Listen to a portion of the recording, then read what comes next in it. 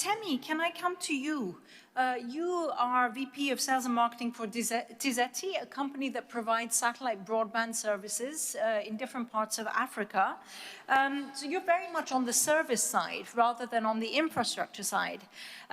What do you think around this question of whether each country needs its own satellite or whether it should benefit more from services? All right, so I'll start with a thank you to the organizers for inviting me. Happy to be here to meet fellow collaborators in world development.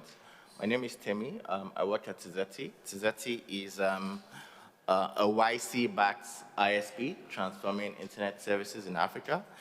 We leverage solar-powered base stations to provide internet connectivity.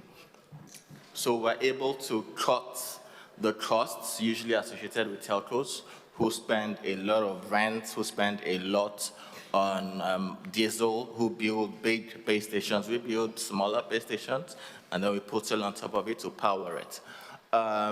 For context, Africa still has, well, generally, Global South still have one of the highest numbers of unconnected people, but this is particularly prevalent in Africa, where, and if you look at the figures, between 60 to 78% are out of internet coverage.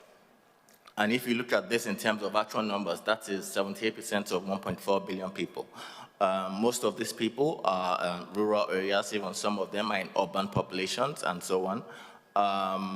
And then because they have operators who build infrastructure, maybe fiber or metro, they focus in urban areas that are commercially viable, but then they leave out other places that do not, and that is why Africa still has a high percentage of that. And so the focus is to improve inclusion by building infrastructure, and whatever works. It was Xiaoping that said, whether a cat is black or white, as long as it kills mice, it's a good cat. Whatever works, whether it's backhaul, from satellites or fiber, everything that works, let's get more people online. And then specifically to the question now on satellites. I think a lot of countries can afford it. Satellite is not cheap. It's not something you can buy off the racks. It's something you have to create and make. So some countries will be able to afford it. For countries who can't, please, I think I implore them to go ahead. I expect that all countries should have at least one because it's necessary for them to also protect their digital integrity. We've seen a bit of what happened over the recent wars, Russia, Ukraine, and we've seen how some people were thrown offline because they didn't have their own infrastructure. So I think it's important generally for people to have, for countries to have their own satellites, if they can afford it. Thank you. I must say I'm a little surprised by your answer, but very, very, very glad to hear it. Thank you very much. Temi, let me come back to you. You're from Nigeria. Nigeria has its own satellite operator. It has already an infrastructure, but you're providing services. You're also making a lot of use of data. Do you have a view on this? Yes. So Nigeria has the NICOMSAT. There's an agency that's responsible for that, and we have a bunch. Okay. Nigeria has its own satellites. NICOMSAT is the name of the agency, and they have a bunch of satellites. However, we have, like I mentioned earlier, we can leverage backhaul. I think the focus really is on getting more people online, leveraging the services that they offer, connecting served, unserved, and underserved, whether it's women or children or people in rural areas and so on. We leverage, my company actually has a partnership with Eutelsat that helps to bridge that divide by providing community Wi-Fi. However, we also have, we're exploring currently a partnership with NICOMSAT to see how we can leverage the government-owned satellite to connect more people. So I think eventually it's a mixture of whatever can work, but the point that we should see really in focus is how best are we using this satellite to connect more people and bring more people online.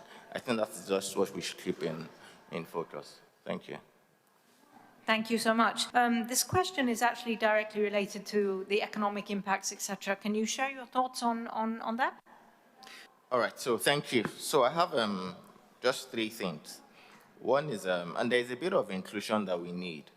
I'll look at the telco space in Africa for context. So we have most of the biggest funders building subsea cables outside Africa. So you have to Africa coming in end of this year. We have Google Equine already built, but then they build one part. They build the subsea. Operators inside those countries now have to move that by building metro, by building fiber. So it's collaborative. Everybody works together to ensure that you in your house are connected and your business is connected. So we need to enforce and ensure that, or amplify that. Secondly, is the co-creation. So while there's a lot of data that's been generated, local data eventually is what works locally. So I think that we should, Global South offers unique use cases for some of these applications, some of the technology applications, and we should have a broader understanding of the joint issues that we have. We all, based on the sessions we have seen outside, we all face the same issues. We're facing insecurity, we're facing climate change, we're facing all these things. How do you work together to achieve them, to address them? We have unique instances, you have unique instances, but how can we collaborate to ensure that the learnings we all have, we can bring them into one pool and then have a joint path going forward? I think that is what I would advise about this. Thank you. Thank you, Temi. Thanks for sharing that.